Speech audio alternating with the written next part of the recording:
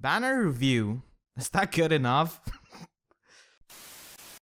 What's up guys, I'm Phoenix Master 1 and welcome back to my banner review series for Fire Emblem Heroes, and today I'm going to be taking a look at the Beast banner which we have got from Radiant Dawn, and it features Tibarn, Nailah, Reyson and Leanne, and these are the topics I'm going to be talking about in this video, so let us begin. I can hardly control myself. Tibarn is a red beast flyer and he has got a really high base attack at 38, which makes him a really big threat in the player phase. His speed is pretty low at base 31, but it can be useful for breaking through wary fighter of slow armor units with this weapon, and also for breaking through quick riposte with sturdy impact. His defense is pretty nice at base 34, definitely usable, but resistance is extremely low, so he's an easy target for dragons and mages. He comes with Hawking Claw, which gives him +3 attack on top of his high base 38 attack, which makes him really strong, and the unique effect of this weapon is that if the foe's health is at full, then he gets guaranteed follow-up attack in the player phase, so you definitely do not want to use any kind of Savage Blow units along with him or any sort of Pain units, and in Ether raids, you probably do not want to use the Pain Tower yourself. But if you're testing traps in Ether raids and a lightning trap damages the enemy, then he will not be able to do the guaranteed follow-up attack, so you definitely have to watch out for not doing any sort of damage to your enemies. At start of turn, if he's adjacent to a beast ally or a dragon ally, then he will transform, otherwise he will just revert, and if he's just alone then he can still transform, and this gives him extra 1 movement. And no, this does not stack up with the extra movement that Legendary Azura can give. So do not have any sort of naughty thoughts of having 4 movement flyers as of yet. And after transforming, he gets that extra movement and also +2 attack. So this weapon can give him extra +5 attack, which is absolutely amazing. And he comes with Draconic Aura, which is a good special with his high attack. But Bonfire is also pretty good with Sturdy Impact. And Sturdy Impact, of course, is the slot A skill. It has been heavily talked about in past few days, but thankfully this skill is only available to flyers. And this skill is kind of a reference to the tier skill which Tibarn had in Radiant Dawn, which basically have the speed of the enemy, but I guess in this game it just means completely denying their follow-up attack. So in the player phase it gives you +6 attack and +10 defense, and the foe cannot make a follow-up attack. And even if the foe has got more speed than Tibarn, they will not be able to follow up attack unless they override that with something like Quick Riposte. For example, Tibarn has got 31 speed and the enemy has got 36 speed, and if that 36 speed enemy has got Quick Riposte, they will still be able to do a follow-up attack overriding the effect of Sturdy Impact. So you still have to watch out for the fast units who run Quick Riposte, as they can still double him back. Sturdy Impact with his weapon is absolutely fantastic because he can make a follow-up attack and prevent the enemy from making a follow-up attack themselves. And Chill Attack is a slot B skill, which is pretty nice if you run Heavy Blade, and Chill Attack can reduce the amount of damage he takes, which is definitely nice with the +10 defense he gets from his slot A skill. And finally, on his slot C, he has got Even Attack Wave, just being a ferocious birdman with all of that attack. So he can hit extremely hard, and overall Tibarn is a fantastic player phase unit, one of the most reliable Gale Force units in the game, because beast units can in fact inherit Gale Force, which is definitely really powerful with Sturdy Impact and the weapon that Tibarn has got. So Tibarn is a very powerful player phase unit, and you're definitely going to be seeing him a lot in Ether raids and also in Arena. And Sturdy Impact is such an annoying skill to face if you do not really have any sort of fast unit with Quick Riposte, because the opposing unit can just stay alive and do free damage to you, and you cannot really finish them off or one round KO them. And if you get multiple copies of Tibarn, you could definitely fodder him off for Sturdy Impact. And as I said, it's only inheritable to infantry and flying units, and here are some good recipients of that. Flora, of course, is a fantastic user of that because of the +20 defense that she gets from her weapon. So she can unironically run Bonfire as her special because she will essentially get +30 defense with her weapon and this slot A skill. So she will end up at 50 defense with this build, and she can easily make the follow-up attack on distant counter units while they cannot make a follow-up attack, and that's really useful against those armor units. Ephraim is also a really good user of this because he needs to maintain that HP threshold condition of Siegmund, so he definitely appreciates the +10 defense from Sturdy Impact. And Warrior Princess Hinoka has got really bad defense for being an armor slayer because she can easily get one-shotted by any sort of distant counter armor unit most of the time, so Sturdy Impact can definitely help her with Fireman buffs in surviving at least one hit of a distant counter unit. And you can also run something like Desperation if you need to. And you can also run this on someone like Shershi, who can use Desperation and Brash Assault set. So the plus 10 defense and the follow-up negation is going to be really useful to get safely into the Brash Assault range without dying. So it's really nice. And you can also run this on units like Shida and also Ryoma. She can still trigger this with a Flashing Blade Refine, and she can be a lunge trap unit in Ether Raids. Tibarn can also do that, but if you like Shida, you could do that. And Ryoma with Armor Smasher, Glimmer, and Bushido can do a lot of damage to armor units and also get 10 more defense, which just puts him at 38 defense, which is really nice for being an armor slayer.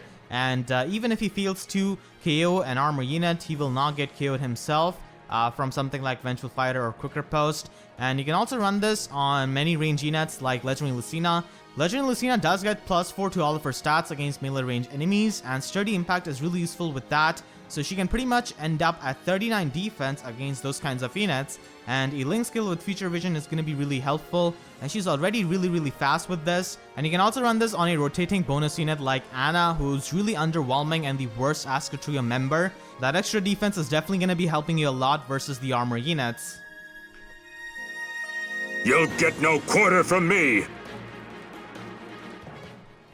Tibarn's first build is a budget build. As I said, Heavy Blade is a fantastic Sacred Seal for a unit like him who can reach such high levels of attack. And you can also have Reposition because he's a flying unit. That can be nice. And you can also run Smite or Shove because that can be useful for getting those unwanted units out of the range of Tibarn so that he can transform in the next turn. His next build is also a budget build. Tibarn has got fantastic player phase but really poor enemy phase. He's pretty much a sitting duck or a sitting hawk, I guess, in the enemy phase. So Quick Riposte can be helpful with that because he does have pretty good bulk with 34 defense and also 41 HP. And with help of Heavy Blade and Bonfire, he can trigger Bonfire in both phases. But the thing is that because of Tibarn's slow speed, he's gonna get doubled quite a lot. And there isn't really any kind of way of preventing the doubles in the enemy phase for him. So that can be troublesome. His third build is with Gale Force and Hit and Run. Now, as I said, he's one of the most reliable and consistent users of Gale Force because of his weapon, the guaranteed follow-up attack that he gets, and also because of Sturdy Impact. And you can just have Heavy Blade on him. With his Sky High attack, he's definitely going to be triggering Heavy Blade in a single round of combat against melee range units. And even if you've got a minus stack Tibarn, this can still be viable because you're still going to be hitting 66 attack with this build. And in general, for Ether Raid's offense, Gale Force units are fantastic, and Tibarn having that 3 movement and having the flyer mobility can be really helpful on that lava map especially, which is really popular. And his fourth build is pretty much the same but uses Lunge. So Lunge can be used for forcing the enemy onto your traps in Ether Raid's defense, and just have your other defense members attack that enemy who got lunged. And because of the fact that he has got Sturdy Impact, he can deny the follow-ups and most of the time be alive, and he can fall into the Wings of Mercy range and have other Ether Raid's defense members with Wings of Mercy just spam that and get some kills so that you can reduce the lift loss or just even get a success. So Tibarn is absolutely amazing for Ether Raids, and he's definitely going to be seeing quite a lot of use in both offense and defense. Let's have a little fun. Nailah is a Blue Beast infantry unit, and she's got a pretty similar stat line to that of Ira, having high speed and having pretty decent bulk. So she does have low base attack, unfortunately, at base 31, which is not really all that good, but with her weapon, you can make up for the damage output. And she's really fast at base 37, decent physical bulk at 32. Resistance is not really the greatest, but it can get the job done. And she actually has a super boon in resistance, which can be really helpful with that distant counter skill that she has got. And she also has a super bane in HP, which you should definitely try avoiding because that definitely hurts her bulk quite a lot. She comes with Wolf Queen Fang, which gives her -1 special cooldown, and during the combat she will get attack and speed boost depending on the number of allies present within 2 spaces, and this can go up to +6 for each stat, so it's pretty much an owl tome for offenses. And we have seen this kind of effect before in Muspel Fire Posey, which Bridal Tharja had, and at start of turn she has got that same transformation effect as Tibarn. She needs to be near a dragon or beast ally or just be alone, And if she transforms, she will get +2 attack, which is definitely needed with her low base attack of 31. And she also gets +10 damage whenever a special triggers. So this is basically a Wudao effect, which she gets on transformation. So this can definitely help her a lot with her damage output and can make up for her low base attack. She comes with Moonbow, which is a 1-turn cooldown special with her weapon, and she can instantly retaliate back with a Moonbow in the enemy phase, which is really fantastic and makes it really powerful, especially because of the fact that she will get +10 damage if she's transformed. She's got Distant Counter as the very premium slot A skill, which is absolutely fantastic with her slot B skill. I think this is a reference to the Howl skill, which you could learn with the scroll in Radiant Dawn. And she has got a new slot B skill in Null C Disrupt. It can neutralize status effects, and this only means the flash status effect or the candlelight status effect. I have tested this out, and it also disabled skills that prevent counterattacks during combat, like fire sweep weapons or dazzling staff effect. So she can easily counterattack back against those kinds of enemies, which makes her a really good counter to Razzle Dazzle healers, and especially Veronica, who's super annoying in ether raids. She doesn't really have the greatest resistance, but she can easily tear apart the face of Razzle Dazzle healers with that instant Moonbow retaliation, and not a lot of healers can lift that unless you're talking about some really bulky healers like Azama. You can also use her against those kinds of ether raids defense teams where they have got some kind of fire sweep weapon user with lunge. Those kinds of teams, they are really popular, so Nailah can be really amazing in ether raids because of this skill, being a Razzle Dazzle counter and also bypassing the lunge trap teams. And finally, she comes with an exclusive skill, Glare, which is the skill which she had in Radiant Dawn, and basically this has got the gravity effect. So after combat, she can inflict the gravity status within one space of the target and just restrict their movement, which can be really useful with Distant Counter skill that she has got, because this will get activated in both phases. So overall, Nailah is a fantastic offensive blue beast unit. She does have low base attack of 31. She's not really broken, but she's a solid unit. And she's a great unit for ether raids, of course, because of Null C Disrupt. And you can also make some really destructive builds on her with Wrath as her slot B skill by stacking up special damage. So as I said, she's a really solid blue unit, one of the best offensive physical blue units actually, but not really broken or anything like that. And if you get multiple copies of Nailah, you could of course fodder her up for Distant Counter, but you could also fodder her up for Null C Disrupt because that is more rare, and here are some good users of that. You can obviously give this to green dragons. They are really good because they can take care of Reinhardt, they can take care of Brave Lynn, and also take care of Brave Veronica. So 3 of the most annoying units for ether raids. They can easily check that, and Faye is the go-to unit for that, who's easily available. And dragons in general are a pretty good user of this. And you can also give this skill to Micaiah because she is a horse slayer. She can easily take care of Reinhardt, Brave Lynn, and also Veronica. I use Micaiah a lot in ether raids, and she's a lifesaver. So if you get multiple Nailahs, and if you like to use her in ether raids, then Null C Disrupt is absolutely fantastic and definitely will make your life a lot easy. Now, after seeing that Soleil build, you might think that I'm high as a kite, but trust me, I'm not. So it can actually interact with fire sweep weapons to benefit you. I really want to thank Mr. Gengar123 from Reddit, and also the Faye Spanish Twitter account, which does the new stuff. And they were kind enough to let me use this footage where they have tested out Null C Disrupt on a fire sweep weapon user. So as you can see, Alphonse is not going to get counterattack obviously in the player phase when using a fire sweep weapon, but in the enemy phase, Null C Disrupt will actually negate the negative effect that fire sweep weapon has on you, and you can actually counterattack back even though you have got a fire sweep weapon in the enemy phase. And as you saw, Alphonse was able to counterattack back even though he was holding a fire sweep sword. And Soleil is a really good user of that because she's got the defense, she's got the speed, she's got attack, she's got everything, and she already comes with fire sweep sword. So you could easily use this with Distant Counter or something like that to give her a good enemy phase, and also use Null C Disrupt to basically poke enemies in the player phase and not get counterattacked and also have an enemy phase. You can also give this skill to Raven Tome users who have got a weapon strangle advantage with a Raven Tome on those healers. And of course, a green Raven Tome user would be really nice with this because once again, you'll be able to check those 3 annoying horse units. And you can also give this to units who have got inbuilt Distant Counter, like Dorcas. He's a green unit, so he can take care of Reinhardt. Also, he can attack back to Brave Lynn, and with Steady Breath Moonbow, he can instantly retaliate back and also destroy healers. So Null C Disrupt does bring counterplay to Dazzling Staff and Fire Sweep weapons, but unfortunately it is going to be a 5-star lock skill, so it's not really all that easily available. But still, if you do manage to get Nailah, you can try to have that and make your Aether Raid's life a bit easier. I'll dye my fangs red. Our first build is a budget build, and you just have to give her reposition and distant defense as a sacred seal, which can reduce damage from ranged enemies like razzle dazzle healers. Her second build is also another budget build if you do not want to use her in Aether Raids, and if you want to use her outside of that, you can definitely run Vantage. Vantage with Bracing skill is pretty nice, but the only problem is that she doesn't really have a very high raw attack for Vantage. But if you give her some team support with her weapon, she could definitely reach high attack, and because of the plus 10 damage she can get from her special, she can be a pretty nice Vantage unit. Her third build is once again a budget build, and you could run Quick Riposte on slot B as well, and this can be done to salvage a minus speed IV Nailah. So Nailah is actually one of the best Wrath users along with units who have got Nameless Blade, I guess. So the plus 10 damage she gets from Wrath does stack up with the Wolf Queen Fang's plus 10 damage, and this gives her flat plus 20 damage on her specials, and she can be a really destructive unit with that. When she's in the Wrath range, she will have Moonbow ready at all times, and she can actually trigger Moonbow twice in the player phase because of it.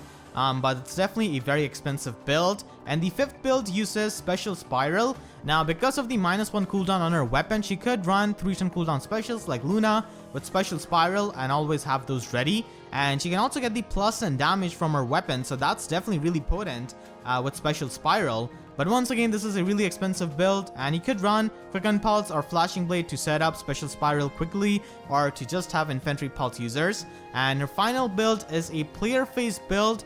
Solo skills are pretty good on beast units because if you have no dragon or beast allies on your team, they are forced to stay away from them so that they can transform. And you can actually get the solo buff and also the owl buff from her weapon by just being one space away from her allies. And with solo and brazen skills, she can definitely get really powerful offensively. But the downside to this build is that you're completely changing her playstyle of being a mixed phase unit to being a player phase unit by removing her premium distant counter skill.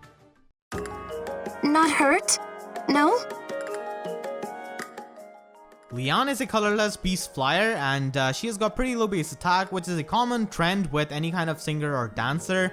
But she does have blazing high speed, and she gets more speed from her weapon, which is really nice for her longevity. And she will not get doubled by a lot of enemies, which is definitely nice. Her defense unfortunately is extremely low, and she also has a super bane in her defense and also in her HP, so she can get really frail if you get one of those. And she's got the highest resistance for any singer and dancer, tying with Hoshidan Festival Micaiah, and this lets her use ploy skills and provide the debuff utility to your teammates. Overall, she hits like a wet noodle and is pretty fast with good resistance. In this game, Herons can actually attack, and if they didn't, then how would you get any sort of SP? So she has got Heron Wing as her preferred weapon, and this gives her +3 speed, which is definitely nice with her already blazing high speed. This also has an Arian effect healing, and that happens at start of every turn, so she will restore 7 HP to allies within 2 spaces.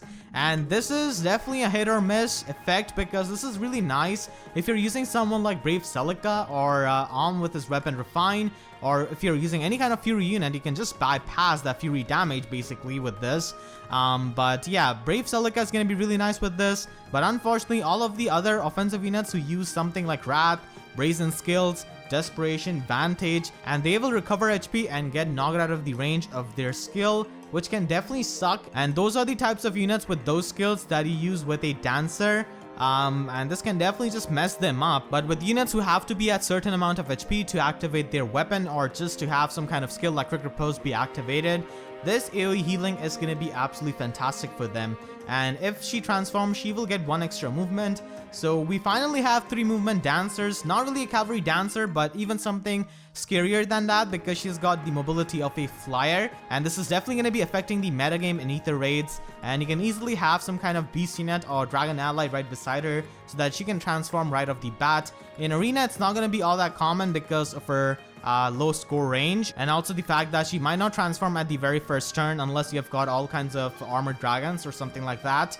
And upon transformation, she also gets +2 attack. She's got Mirror Stance, which is nice with her high resistance and low attack, but she cannot really retaliate back to mages, just take their hits and just stay there. And against dragons, they're just going to be targeting her defense and just blowing her back, so it doesn't really matter against them. Flyer formation is a really good skill if you're going to be using her with a flying beast unit or any kind of flyer emblem team. And Hone Beast is their slot C skill, which can make offensive flyers like Tibarn even more powerful, and Nailah as well, which we're going to be getting tomorrow as the Grantor of Battle. So overall, Leanne is a fantastic singer because of having flyer mobility and 3 movement, and she can also provide the passive healing and also the ploy utility because of her high resistance. Fight strong!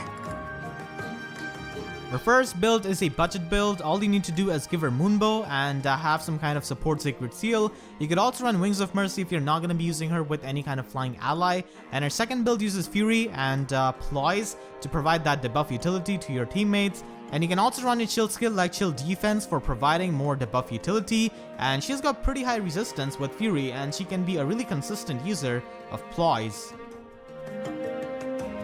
I'll accompany you. Reyson is a green beast flyer, and he does have a more balanced stat line compared to Leanne. This could be seen as a bad thing because he does have less speed than her and also less resistance, which means that he cannot really use ploys, but having more defense is pretty nice, and having that kind of mixed bulk is going to be really nice if you run something like Fury.